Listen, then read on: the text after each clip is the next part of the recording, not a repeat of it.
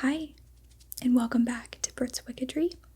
I'm Brit, and today we are going to be doing a September reading wrap-up. Now, I'll be honest, this month for me, reading-wise, has looked quite different than my typical reading months. I have been listening to a lot more audiobooks than I typically do, mostly because I started college and have to drive 45 minutes there and 45 minutes back every single day, and that takes up a big chunk of reading time for me. So what we're going to do is I am going to do some gentle talking through my reads of the month. I'm going to share some stats. If you're like me, you love to see all the numbers. Then we are going to go through my reads and I'll share what I thought of it, what I rated it, and maybe who I recommend it to. So if you are ready, so am I. Settle down, get cozy, get a blanket, maybe a warm drink, and let's get started. Okay, let's talk numbers.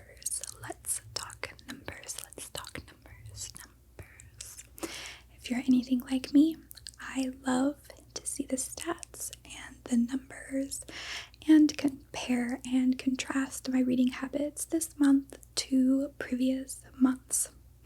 So, in September, I read 6 books.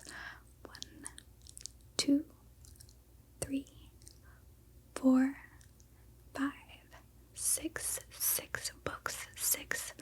books. Pages wise, that came out to 1,918 pages. 1,918 pages. If we break that down into average pages per day, that is about 64 pages. 64 pages per day. My average time to finish a book was about 14 days, which isn't the best, but that is kind of elevated because one of the books that I read took me a long time, like 30 something days to get through. For the star breakdown, I read 2 5-star reads, 1 4-star, 2 3 stars, and 1 DNF. I am a shameless DNFer. I do not care. If I'm not driving with a book, I have no problems putting it down and saying this one is not for me. And I recommend that everybody, even you, do the same thing. Our time is too precious, and if we're not loving a book, it's best to give it up. So that leaves my reading at a 3.8, which I don't think is that bad at all. And for my genres that I read this month, it was actually kind of all over the place. I tend to usually really lean into a genre for a particular month, or a couple of months. But this month I read 1 fantasy, 2 horrors, 2 mystery or thrillers, and 1 romance. Any guesses before we get started on which one was the DNF?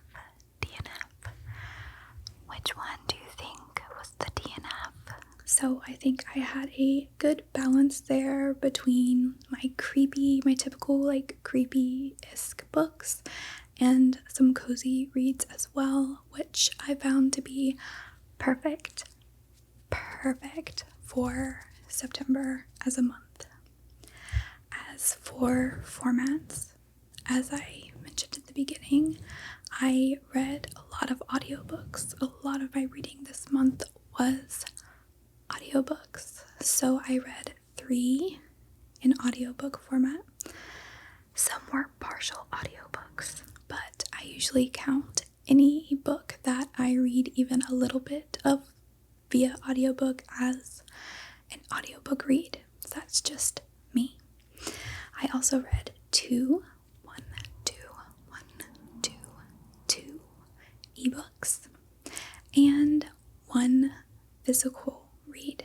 So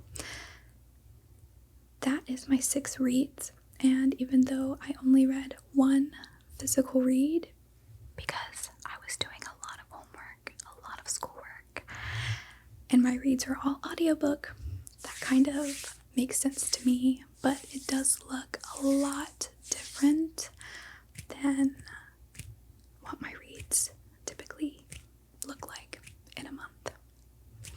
So yeah, that's the September reading snapshot. Now let's get into the books that I read and share my ratings of those books. I'm going to start from low, like lowest rated book, and go all the way up to my highest rated book. So that means that we're starting with the DNF. We're going to start with the DNF, okay? Alright, last chance to guess what it was. Before I reveal it, what genre do you think I DNF'd? I will say, before I get into it, that a lot of my reads this month are dark academia, like in theme, because I did do a whole dark academia themed vlog throughout September and my first week returning back to school. That was an experience. It was really fun, but it also really got me in the mood for dark academia, and I continued to read dark academia even when that vlog was over. Okay, so my first book that I read and my only DNF of the month was Gothic Hannah by Runix. Gothic Hannah by Runix. So Gothic Hannah by Runix is a dark academia / dark romance that is very gothic in nature, hence the name. So I picked up Gothic Hannah on ebook because it is available in Kindle Unlimited. Kindle Unlimited is a reading subscription if you were unaware.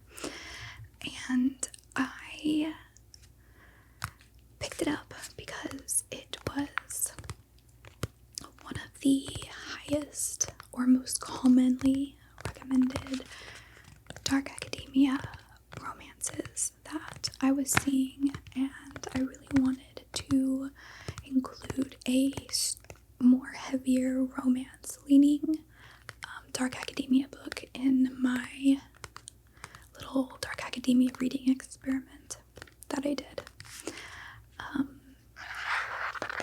The vibes in the first chapter, when I did the first chapter like taste test, if you want to go and watch that, were actually pretty good. I thought that I was in for a kind of creepy, spooky, romantic time.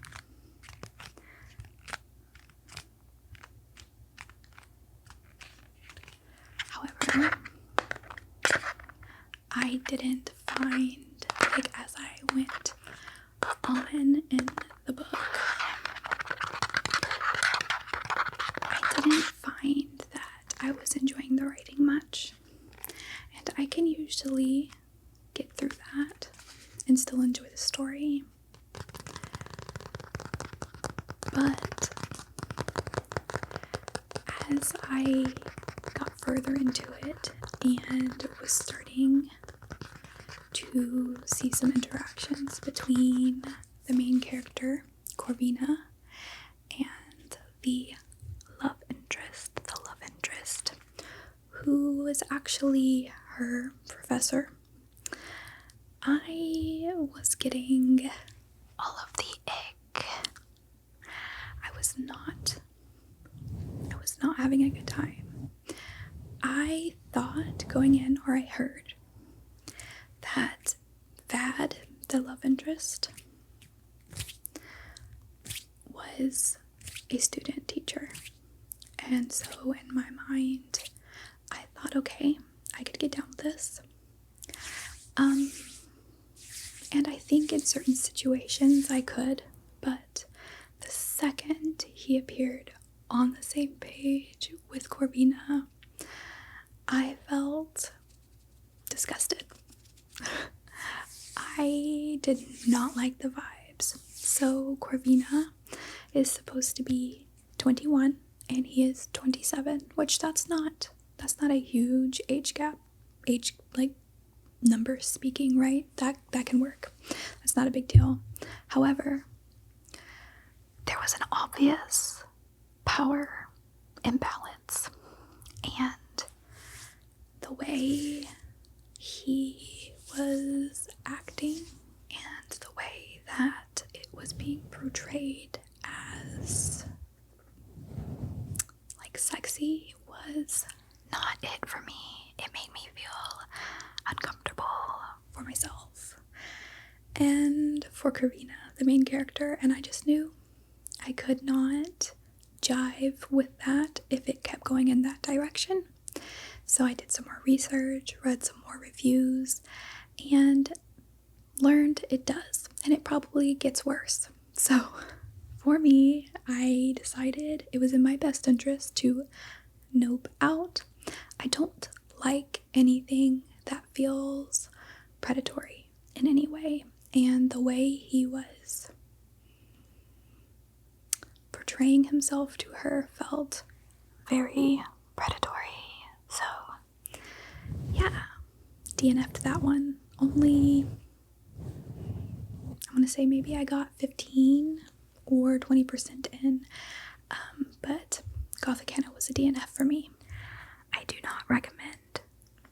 Okay, my next read was Into the Drowning Deep by Mara Grant, which is the same author who also writes under Shannon McGuire, I'm pretty sure.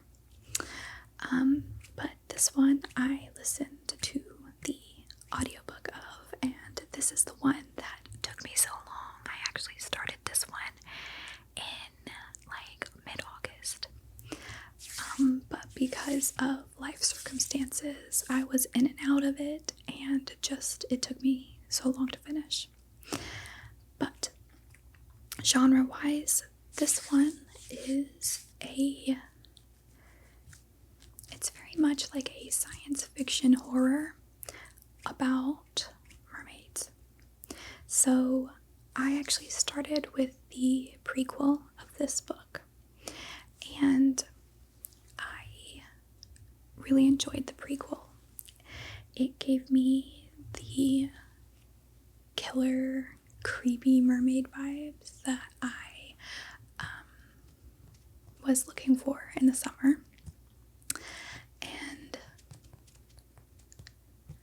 because I enjoyed it so much, I decided to go forward with the full novel that came after, which is Into the Drowning Deep. And this one is set 7 years after the prequel novella. So 1, 2, 3, 4, 5, 6, 7 years after the first, where a sister of one of the characters from the novella is kind of going out to sea to try to figure out what really happened to her sister all those years ago. And this one, the idea, like the concept behind it all, was really good.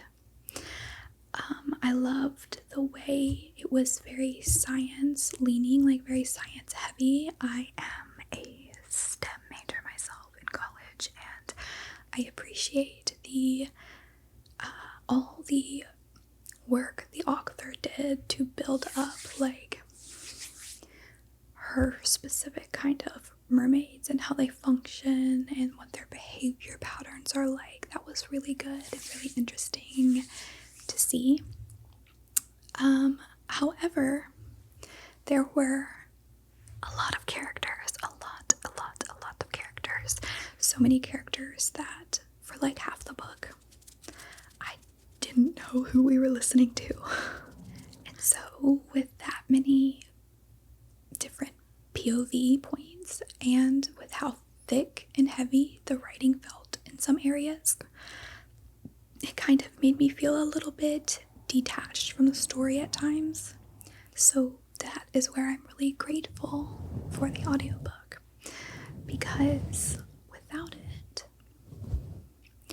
without the audiobook, I would have skimmed and probably skipped a lot of the book. Aside from that, atmosphere-wise, for being like an ocean nautical horror, which is one of my favorite tropes. I love anything to do with the ocean, with nautical, anything, ocean creatures, pirates, ship voyages, all of that, because I'm terrified of the ocean.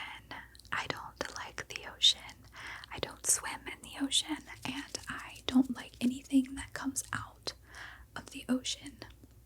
So I was hoping for a lot more atmospheric dread and leaning into those like isolated kind of claustrophobic feelings that I relate to being like stuck out at sea with killer mermaids coming after you. And I think it kind of didn't quite hit the vibes I was looking for. So overall, I landed on a 3-star rating. 1, 2, 3-star rating for this book. It definitely was entertaining and it definitely was creepy, and so if you're looking for a very science heavy, unique mermaid horror, then feel free to give it a try. Maybe you'll like it more than I did. My next read and 3-star rated read is The Dollhouse Academy by Margarita Montemor, and this is another one that I read in the Dark Academia vlog. This one is a lot different than some of the other Dark Academia books that I read this month, because it wasn't like gothic in aspect. It wasn't dark in the same way that a lot of the other Dark Academia stories were. So this one follows 2 friends who get accepted to this elite talent academy, and once they get there, basically they begin to see that everything is not as they expected it would be. It is more so like a contemporary thriller, and it really leaned into the contemporary drama part. Now, I do say contemporary, but it is based in the 90s. It's based in the 90s, and then a little bit at the end, I believe, into the 2000s. But yes, it follows 2 friends who are really tight before they enter this academy, and then kind of start to go their separate ways due to everything that begins to happen when they enroll. And it kind of leans into like the behind the scenes of fame, what it takes out of a person, what it takes to achieve fame, how much of yourself you have to give up in order to reach these levels of fame that you're reaching for, as well as various conspiracies to do with the fame and talent industry. But for all of the things that it hinted at, and for all of the possibilities and different ways that it could have gone, it just didn't pay off, in my opinion. So I wanted, I guess, from a contemporary thriller, I wanted more thriller. I wanted more maybe action or something significant to happen, and I felt like this book kept alluding and hinting and foreshadowing, only to never really deliver. So while the idea was really interesting, again, it just didn't hit my expectations of what I was wanting going into it. The best part of this book were actually Ivy's POV chapters, who is an existing, a graduate, the most successful student to ever have come out of the Dollhouse Academy. And her chapters were really interesting, and what kept me going, because I was hoping it was leading somewhere really, really good, really, really good. I was hoping it was leading somewhere really, really good. However, we just didn't get there. Also, if you hear my dog barking, I'm so sorry.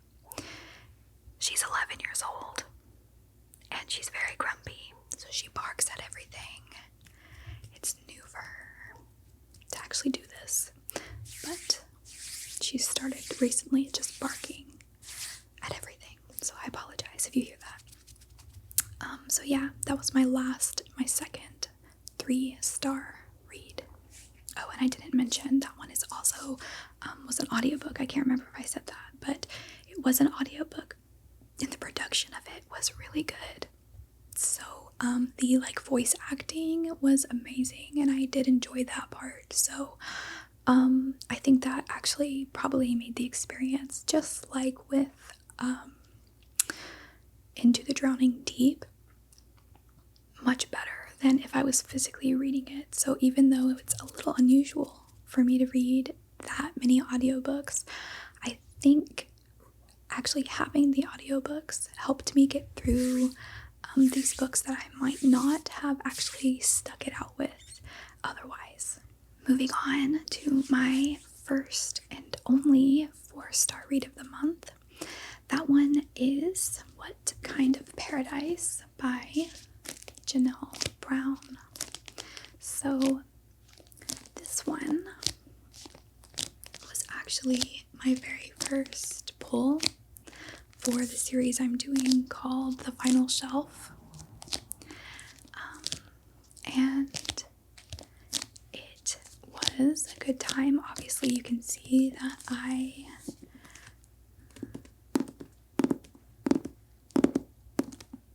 rated it 4 stars, but I don't want to get into big detail, because I will be talking about this one a lot in my The Final Shelf episode 1.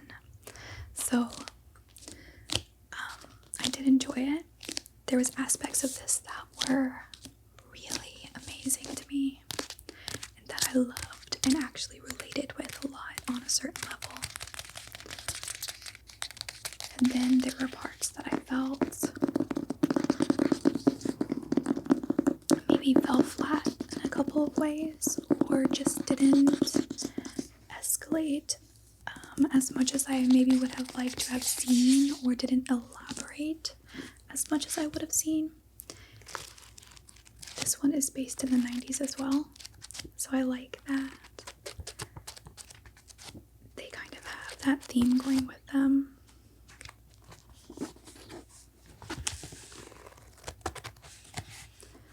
I'm a 90s baby myself. I was born in 94, so books set in the 90s have a sweet spot for me. This was one of the Book of the Month picks recently. I want to say it was maybe June or July's pick, and I'm really glad that I took the chance with it, and that it was pulled for The Final Shelf, so that I was forced to read it sooner rather than later. But yeah, 4 stars for this one. I love the sound this one makes.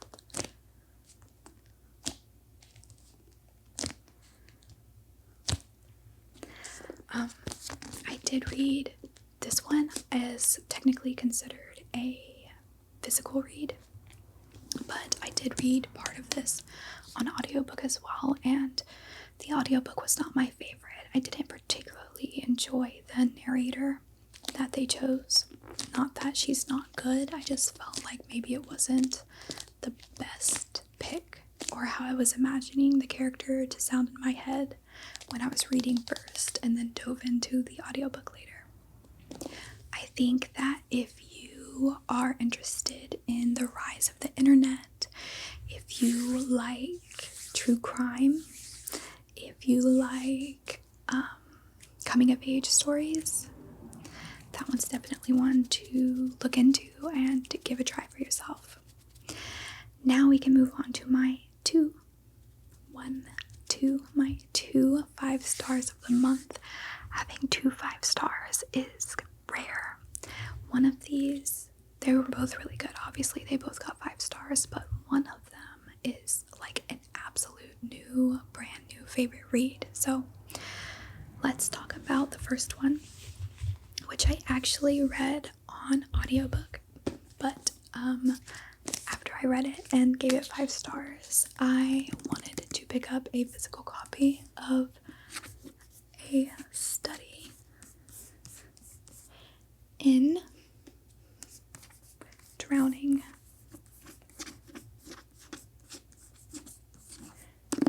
A Study in Drowning by Ava Reed. I love this cover.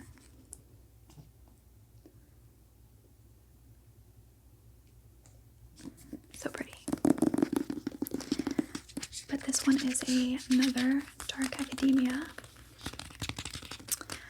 that is a little bit more fantastical leaning, while also being heavily inspired by academia and folklore, writing, and architecture.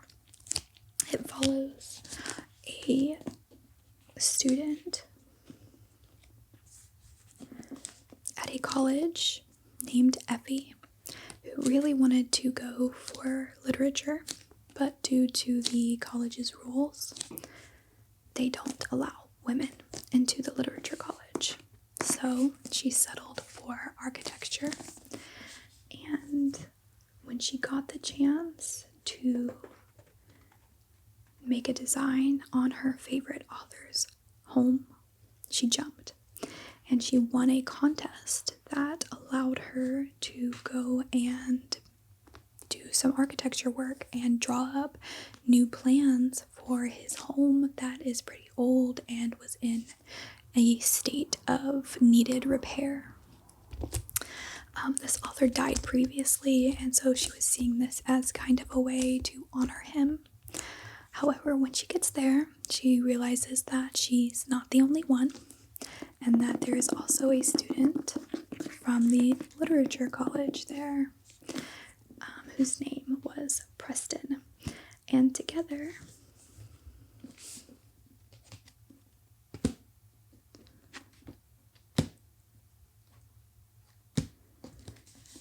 they basically get wrapped up in this mystery surrounding the house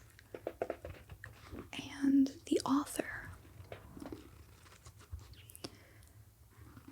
that they're both there to learn more about and have to kind of work together to get to the bottom of something. And I really loved this book. It has themes of sexism and, of course, power imbalances throughout the different structures that are built in communities and civilizations, and especially throughout history when it comes to women joining specific fields. It also deals with, so trigger warning here, but it deals with some sexual assault and feelings of anxiety and how sometimes your anxiety can make you feel like you're drowning. And I found that really beautiful and impactful for myself as somebody who also deals with anxiety. I related a lot. My anxiety is actually one of the reasons why I watch ASMR myself, and also why I now have decided to make it, because ASMR has helped me a lot for managing my anxiety, and I just thought one of the best ways to give back and help others is to couple my love of books and ASMR together, and hopefully help some other people out there who are dealing with similar things. But yeah, A Study in Drowning by Ava Reed, 5 stars. If you like fairy tales, folklore, academia, and exploring some of the messages and themes that I discussed, definitely pick this up. It's really, really good. And finally, my last read of the month and 5-star read. This one's my absolute favorite read. Definitely has made it to the top tier favorite books ever read list for me. And if you watched my Dark Academia / going back to college vlog, you may have seen it. It is Don't Let the Forest In by C.G. Drews. Now, I read this one on ebook, but just like A Study in Drowning, I had to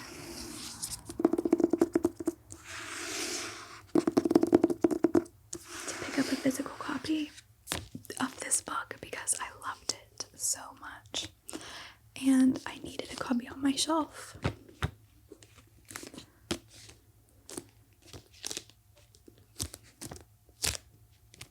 The artwork on this is absolutely beautiful too. When you read the ebook, you kind of miss seeing stuff like this. So I'm so happy I decided to get a copy for my shelves so I could look at this beautiful and terrifying artwork. Do you see the flowers? How many are there? 1, 2,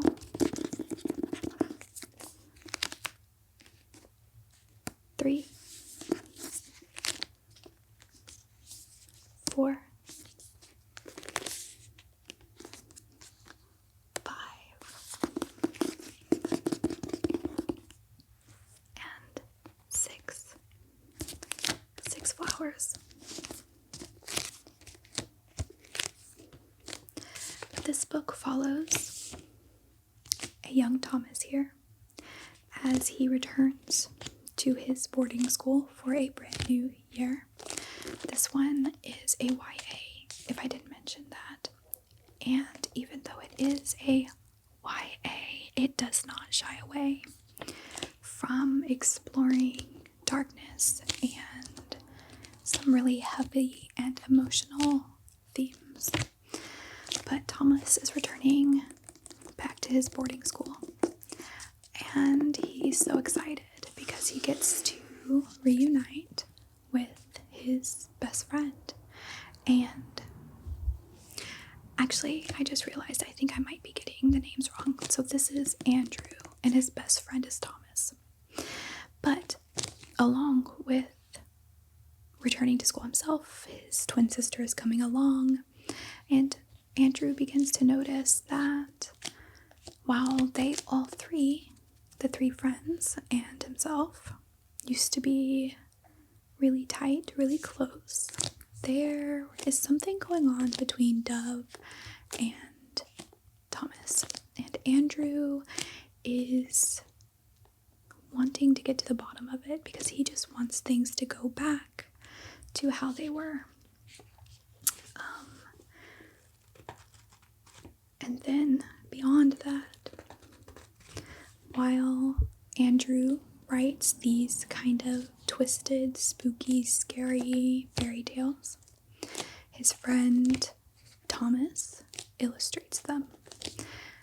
And then one day they discover that Thomas's drawings may or may not be coming to life.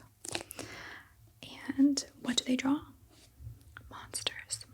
They draw monsters. So that's not really a good thing to be happening. And they have to get to the bottom of it, try to fix it, try to stop it, before things turn really, really bad. Not just for them, but for everybody, of course, at the school. This book is beautifully written, lush, lyrical writing. I was so sucked in the entire time, and I was so emotional. So many highs and so many lows. C.G. Drews is an amazing author. And then not only that, they also included, some really beautiful and disturbing and kind of creepy artwork. Obviously, look at the cover, okay, but on the inside as well. There are snippets of Andrew's stories, as well as illustrations that are basically what Thomas is drawing and what may or may not be coming to life.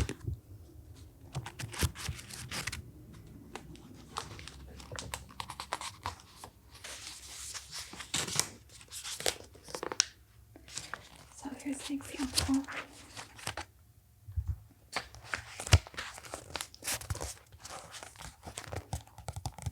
Of one of those drawings that look much better in the physical book than in the ebook, for sure. But the writing in this is just some of my favorite writing that I've read in a really long time. So 5 stars, 10 out of 10. Go read this. It's amazing.